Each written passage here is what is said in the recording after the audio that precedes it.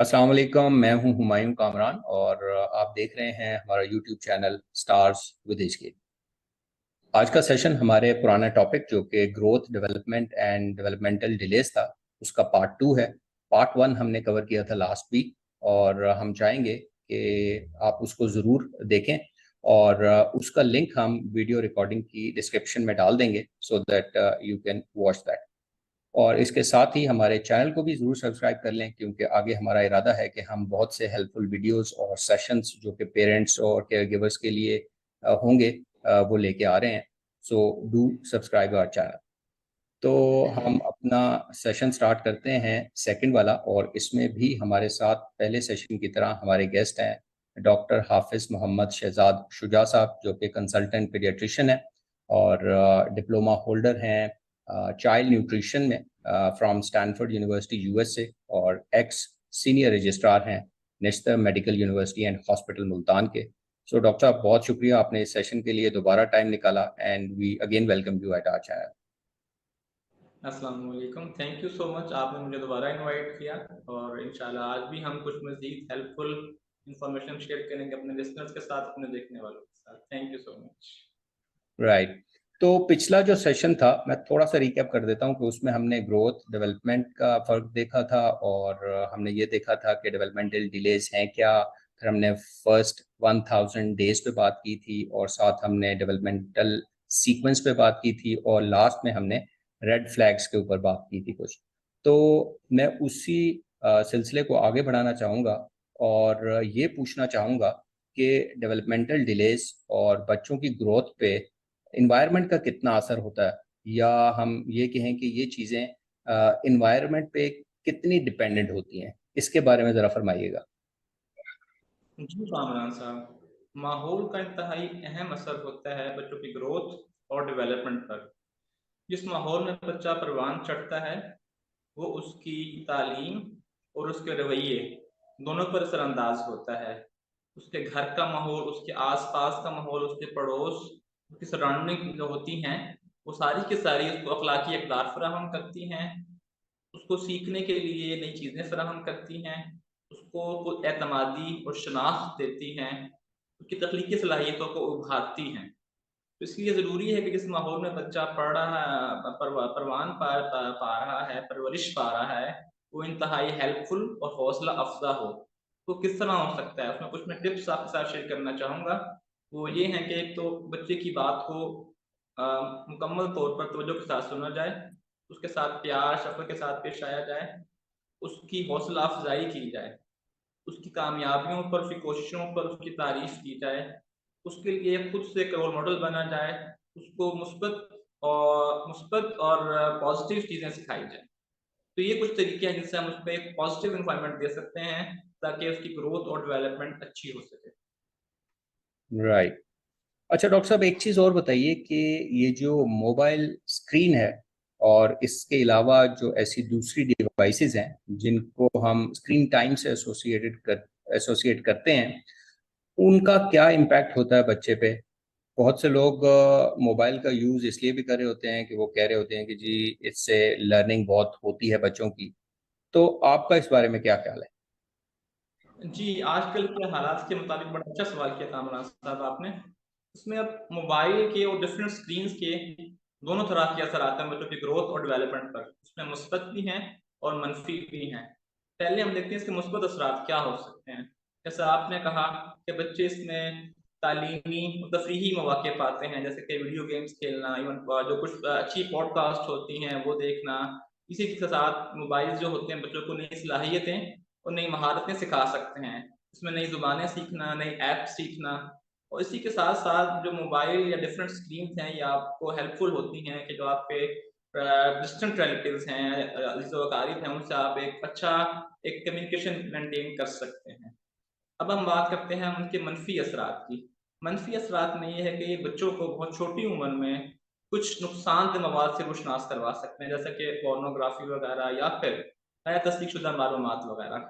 इसके साथ-साथ बच्चों की नींद के मयार और मिक़दार दोनों में कमी का बाइस बन सकते हैं, जिससे उनकी ग्रोथ और डेवलपमेंट नेगेटिवली इम्पैक्ट होती है। थर्डली, ये बच्चों को जिस्मानी खेलों से दूर करते हैं। उससे उनमें मोटापे का रिस्क बढ़ जाता है। एंड फोर्थली, ये बच्चों को समाजी तौर पर आइसोलेट करते हैं, उनके घर वालों से दूर कर सकते हैं, जिससे उनकी जो एक सोशल एक डेवलपमेंट होनी है, कम्युनिकेशन उनकी डेवलपमेंट होनी है, वो उनकी नहीं हो पाती और बाद में उनके लिए मसाइल का सबब बन सकते हैं। तो इसलिए ज़रूरी है कि इसके इस्तेमाल में हमें एक पॉजिटिव बैलेंस कायम रखना है, ताकि ना इसके बहुत ज़्यादा इसको हम दूर करें बच्चों से, ना हम बहुत ज़्यादा इसमें इसको अलाउ करें। इसके लिए हम क्या कर सकते हैं कि बच्चों को अपनी निगरानी में मोबाइल इस्तेमाल करवाएँ, ताकि वो किसी भी गैर अखलाकी सरगर्मी में मुलव्वस ना हो सकें, उनकी हम एक्टिविटी को हम मॉनिटर करें।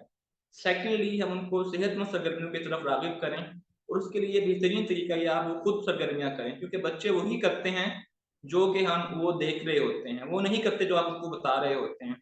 तो आपने उनको बाय एग्ज़ाम्पल सिखाना है कि बेटा ये चीज़ें हैं जो आप करेंगे तो आप एक हेल्दी एक्टिविटी है, लाइक कोई भी हॉबी आप उनको सिखा सकते हैं। अगर आप खुद बुक पढ़ रहे हैं तो आपका बच्चा भी बुक पढ़ेगा। अगर आप बागबानी कर रहे हैं तो वो भी इसमें इन्वॉल्व होगा। तो ये कुछ तरीके हैं जिनसे हम इसके नेगेटिव इम्पैक्ट्स को किसी हद तक मिनिमाइज़ कर सकते हैं। राइट। अच्छा डॉक्टर साहब, हम बात करें ग्रोथ एंड डेवलपमेंट पे, तो ग्रोथ एंड डेवलपमेंट पे जो स्लीप साइकिल है, स्लीप ऑर्डर है, उसका भी बड़ा अमल दखल हमने सुना है।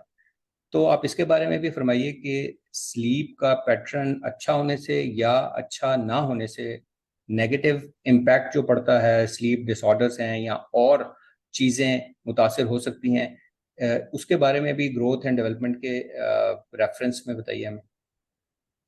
जी, आपने बिल्कुल सही सुना है कि स्लीप और प्रॉपर और मयारी स्लीप का इंतहाई अहम किरदार है बच्चों की डेवलपमेंट के ऊपर। ये बच्चों की जिस्मानी, ज़हनी और जज़्बाती नशो-नुमा में अहम किरदार अदा करती है। पहले हम देखते हैं स्लीप का फ़ायदा क्या होता है, स्लीप के क्या पॉज़िटिव इम्पैक्ट्स हैं। अच्छी और मयारी स्लीप अगर बच्चा लेगा तो उसकी जिस्मानी सेहत बेहतर होगी, क्योंकि रात के टाइम गहरी नींद के दौरान आपके ग्रोथ हार्मोन लेवल्स बढ़ जाते हैं। अगर वो आप ग्रोथ हार्मोन लेवल्स नहीं बढ़ेंगे तो बच्चे का कद में इज़ाफ़ा नहीं होगा, उसकी सेहत में इज़ाफ़ा नहीं होगा। सेकेंडली, प्रॉपर अच्छी स्लीप, अच्छे मयार की नींद जो होती है बच्चे की दिमागी नशो-नुमा में अहम किरदार अदा करती है।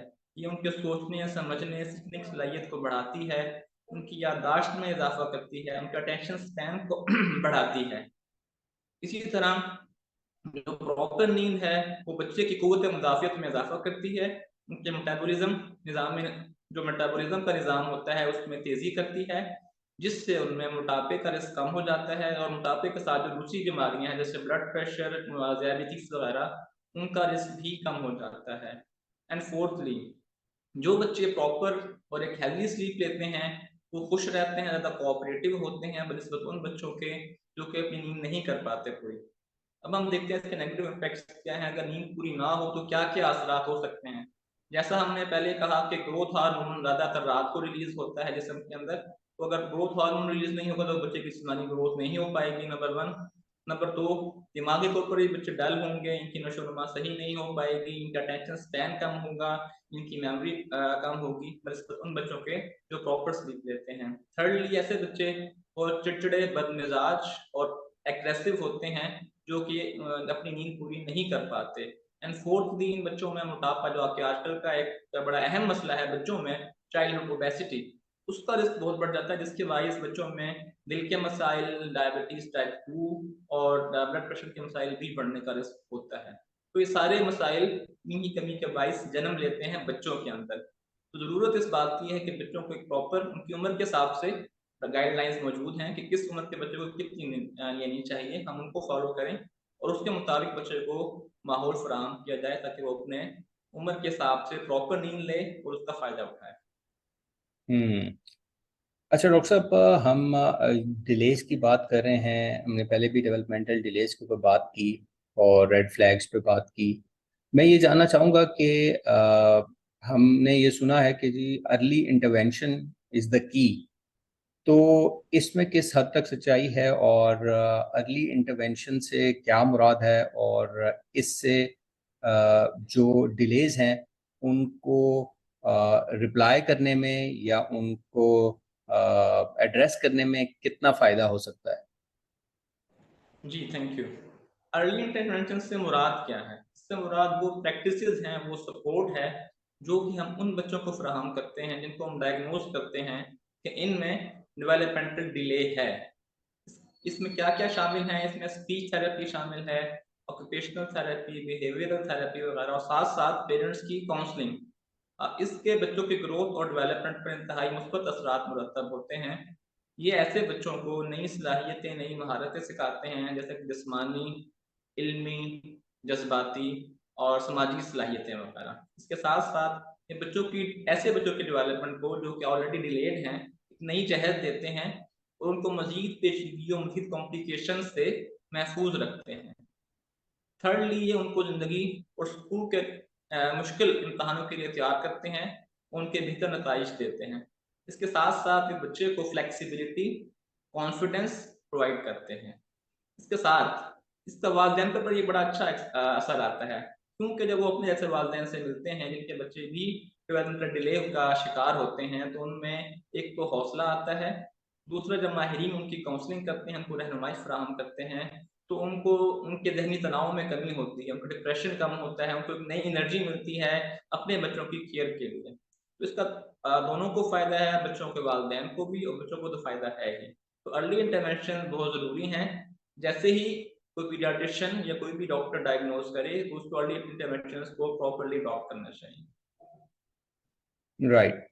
डॉक्टर साहब, हमारे यहाँ थोड़ी सी अवेयरनेस की कमी की वजह से पेरेंट्स को इसमें कंफ्यूजन में रहते हैं कि जब एक तो यह कि वो उनको ये चाहिए कि वो जब कोई ऐसा डेवलपमेंटल डिले माइलस्टोन्स पे नज़र रखें, तो जब वो कोई ऐसी चीज़ महसूस करें तो उनको सबसे पहले किस प्रोफेशनल के पास जाना चाहिए, किस डॉक्टर के पास जाना चाहिए, पहला विजिट या पहली चीज़ उनके जहन में क्या आनी चाहिए और किसके पास जाए? अगर वालिदैन ऐसा कुछ महसूस कर रहे हैं, जो हमने रेड फ्लैग डिस्कस किए, कोई रेड फ्लैग उनको लगता है कि पॉजिटिव है उनके बच्चे के लिए, कोई भी डेवलपमेंटल माइलस्टोन होता है जिसको हो जाना चाहिए था, वो फर्स्ट पर्सन जिसको उनको चाहिए वो होना चाहिए पीडियाट्रिशियन। आजकल कंसल्टेंट्स का दौर है, तो कम से कम उनको कंसल्टेंट पीडियाट्रिशियन को चेक करवाना चाहिए, जो कि एफसीपीएस डॉक्टर हो। ठीक है, एमबीबीएस के बाद 5 साल की डिग्री होती है, तो एफसीपी डॉक्टर को चेक कराएं। अगर वो अवेलेबल नहीं है, तो उसके बाद ऑप्शन होती है हमारे पास पीडियाट्रिक न्यूरोलॉजिस्ट की। तो सेकंड एफसीपी तो उसने किया होता है पीएच न्यूरोलॉजी में। तो ये दो ऑप्शन हैं, इनमें से किसी एक को आप फौरी तौर पर चेक कराएं, फिर आगे जैसे वो गाइड करें उसके हिसाब से हमें उनके प्लान को फॉलो करना है। राइट। अच्छा डॉक्टर साहब, यहाँ पे मैं चाहूँगा कि एक दो क्वेश्चंस हैं जो हमें पेरेंट्स ने भेजे हैं, अगर आप कहें तो हम उसको भी शामिल कर लें इस डिस्कशन में। हो सकता है जी कुछ ऐसी चीज़ें हों जो कि पहले हमने डिस्कस की हों, उसको हम समराइज कर सकते हैं। मैं पहला क्वेश्चन पुट करता हूँ आपके सामने। What are the causes of developmental delay? Developmental delay के असबाब हैं क्या, and how to cope up और manage with the developmental delay? इसको आप कैसे रिस्पॉन्ड करेंगे? जी, तो पहले हम बात करते हैं कॉजेज़ की। पहले तो इन साहब का शुक्रिया जिन्होंने हमें क्वेश्चन भेजा। कॉजेज़ में हम अगर हम देखते हैं तो इसकी कॉजेज़ मल्टीपल होती हैं, कोई एक कॉज़ इसमें नहीं है। लेकिन हमारे माशरे में जो मोस्ट कॉमन कॉज़ है वो है कज़न मैरिज, कंसैंग्यूनिटी। हमारे ख़ानदानों में आपस में कज़न्स की मैरिज होती है, जिसके बाइस जो बच्चे होते हैं most of the times developmental delay का शिकार हो सकते हैं। इसके अलावा मुख्तलिफ बीमारियां हैं, जैसा कि हमने लास्ट टाइम डिस्कस किया था, एक बीमारी होती है सेरेब्रल पाल्सी, इसके दिमागी और असाबी कमजोरी हम कहते हैं, वो उसमें भी बच्चों को डेवलपमेंट डिले का होने का रिस्क होता है। इसके अलावा गर्दन तोड़ बुखार अगर हो जाए, जिसको मेनिंजाइटिस कहते हैं, उसके सीक्वेले में या बाद के असरात में भी ये डिले शामिल है। इसके अलावा कुछ बीमारियां होती हैं जैसे ऑटिज्म हो गई या एडीएचडी हो गई, ये बच्चे भी डेवलपमेंटल डिले का शिकार होते हैं। तो इसकी एक कुछ मेजर कॉजेज मैंने आपको बता दी हैं। अब हम चलते हैं कि how we can manage these developmental delays. ये एक बड़ा इसका वास्ट आंसर बनता है, लेकिन मैं कोशिश करता हूँ उसको ब्रीफली आपको बता दूं। कोई भी बच्चा जो डेवलपमेंटल डिले का शिकार हो, उसकी जो हम ट्रीटमेंट शुरू करते हैं तो एक मल्टी डिसिप्लिनरी अप्रोच होती है। इसमें हम मुख्तलिफ शोबों के डॉक्टर्स और माहिरीन को इन्वॉल्व करते हैं। इसमें सेंट्रल रोल एक पीडियाट्रिशियन का, पीडियाट्रिक न्यूरोलॉजिस्ट का होता है। इसमें एक इंतहाई अहम बात ये भी है कि ये बच्चे सारी ट्रीटमेंट के बावजूद उन बच्चों के बराबर नहीं हो सकते जो कि शुरू से ही डेवलपमेंटली नॉर्मल है। तो ये बात हमने ज़हन में रखनी है कि जो भी हम ट्रीटमेंट करते हैं उससे बच्चे किसी हद तक बेहतर तो हो सकते हैं, लेकिन मुकम्मल तौर पर एक नॉर्मल बच्चे के अपने हम पल्ला नहीं हो सकते। इसमें ऑप्शनल कौन-कौन सी होती हैं? इसमें हमारे पास उसमें स्पीच थेरेपी है, प्ले थेरेपी है, अटैचमेंट थेरेपी है, ऑक्यूपेशनल थेरेपी है, फिजिकल थेरेपी है। ये सारी थेरेपीज हैं। साथ में इसके साथ हम डिफरेंट मेडिसिन दे सकते हैं अगर साथ में बच्चे को कोई और मसाइल भी हैं, जो कि सपोर्टिव मेडिसिन होती हैं, अलामात को हम ट्रीट करते हैं। बच्चे को झटके दौरे वगैरह पड़ रहे हैं तो उसको हम झटके रोकने की दवाइयाँ देते हैं। अगर उसमें जिस्म में कड़ाहट वगैरह है तो उसको कम करने के लिए अद्वियात, गोलियाँ या टीके शामिल होते हैं। बच्चे के निज़ाम में ज़्यादा मसले होते हैं ऐसे बच्चों के, उनको उल्टी रोकने के या फिर कब्ज़ के लिए दवाइयाँ दी जा सकती हैं। इस तरह की दवाइयाँ इनको दी जा सकती हैं। उसके अलावा अगर बच्चे प्रॉपर्ली मैनेज नहीं हो पाए हैं और इनके जोड़ों में कॉन्ट्रैक्चर्स बन गए हैं, I hope you can get it. Contractures होते हैं कि जिस्म के जो जोड़ हैं, जैसे ये है, ये अकड़ जाते हैं एक पोजीशन में रह के। तो इसके लिए फिर हम ऑर्थोपेडिक सर्जन की हेल्प लेते हैं और वो इसको फिर डिफरेंट प्रोसीजर्स से करेक्ट करने की कोशिश करते हैं। और आखिर में ये मैं कहना चाहूँगा, जब हम मैनेजमेंट की बात कर रहे हैं, तो मैनेजमेंट के हवाले से ये बात भी इंतहाई अहम है कि हर बच्चा दूसरे से मुख्तलिफ होता है। तो उसकी मुकम्मल हिस्ट्री लेने के बाद, उसका मुकम्मल मुआयना करने के बाद, हर बच्चे का एक अलग से इंडिविजुअलाइज़्ड प्लान तब किया जाता है, ताकि उसको हम बेहतरी की तरफ आहिस्ता-आहिस्ता लेकर आ सकें। और इसमें जो वालिदैन का बड़ा अहम किरदार है। जब तक वो कॉम्प्लायंट रहेंगे ट्रीटमेंट प्लान के साथ, विज़िट्स करते रहेंगे, फ़ॉलो अप, तो कुछ न कुछ बेहतरी आती रहती है। अगर वालिदैन दिल बर्दाश्ता होकर या अपनी किसी मजबूरी के बायस आना छोड़ देते हैं, तो वो फिर सारा प्लान जो हमने मेहनत की होती है शुरू से, वो हम वापस ज़ीरो पर पहुँच जाते हैं। राइट। एक और क्वेश्चन डॉक्टर साहब शामिल कर लेते हैं, लास्ट क्वेश्चन ही है, उसके बाद हम सेशन को क्लोज कर देंगे। एक मदर की तरफ से क्वेश्चन है कि स्क्रीन टाइम जो है वो किस एज तक बिल्कुल अवॉइड करना चाहिए, और उसके बाद किस किस एज में नंबर ऑफ आवर्स में, या कुछ इस तरह कुछ आइडिया के तौर पे वो पूछना चाह रही हैं कि कितना स्क्रीन टाइम देना चाहिए और किसको अवॉइड करना चाहिए। तो स्क्रीन टाइम जो है वो पहले 1 से 1.5 साल तक बिल्कुल अवॉइड करना चाहिए। उसके बाद जो हमने बात की थी, जो प्री स्कूलर्स बच्चे हैं, 1.5 साल से लेके 5 साल तक के जो बच्चे हैं, उनमें हम मैक्सिमम ये है कि 1.5 से 2 घंटे का स्क्रीन टाइम अलाउ कर सकते हैं। फिर जिस तरह बच्चे की उम्र बढ़ती है, इसको हम डॉक्टर के मशवरे के साथ बढ़ा सकते हैं। ये देखते हुए कि बच्चे की ज़हनी सलाहियत कैसी है और वो चीज़ों को किस तरह पिक कर रहा है, तो इन चीज़ों का हमें ख्याल रखना पड़ता है। नंबर वाइज़ अगर हम देखा जाए तो इसमें यही है कि जो छोटे बच्चे हैं, उनको आप पहले 1 साल में बिल्कुल स्क्रीन टाइम अलाउ ना करें। 1 से 1.5 साल के बाद उसको आहिस्ता-आहिस्ता आप 1 घंटा है शुरू में, उसके बाद बढ़ा सकते हैं। राइट। सो डॉक्टर साहब, इसी के साथ इन क्वेश्चंस के साथ ही हम चाहेंगे कि इस सेशन को वाइंड अप करें। हम आपका दोबारा शुक्रिया अदा करना चाहेंगे कि इस पार्ट 2 के लिए भी आपने टाइम निकाला, और आई होप कि ये इन्फॉर्मेशन लोगों के लिए हेल्पफुल साबित होगी, और आगे आने वाली वीडियोस और सेशंस जो डिफरेंट टॉपिक्स पे होंगे वो भी ज़रूर उनको हम रेकमेंड करेंगे कि वो देखें, ताकि वो पूरी सीरीज़ और अच्छी तरह तैयार हो सकें, इंफॉर्मेशन उनके पास पूरी पहुंच सके। So thank you very much जी, बहुत शुक्रिया आपका, बहुत शुक्रिया दोबारा से। वेलकम, ओके, अल्लाह हाफ़िज़।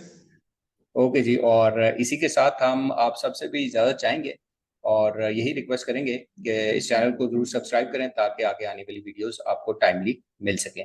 सो अपना ख्याल रखिएगा। नेक्स्ट सेशन में एक नए गेस्ट के साथ आपकी खिदमत में दोबारा हाजिर होंगे। Until then take care and अल्लाह हाफिज़।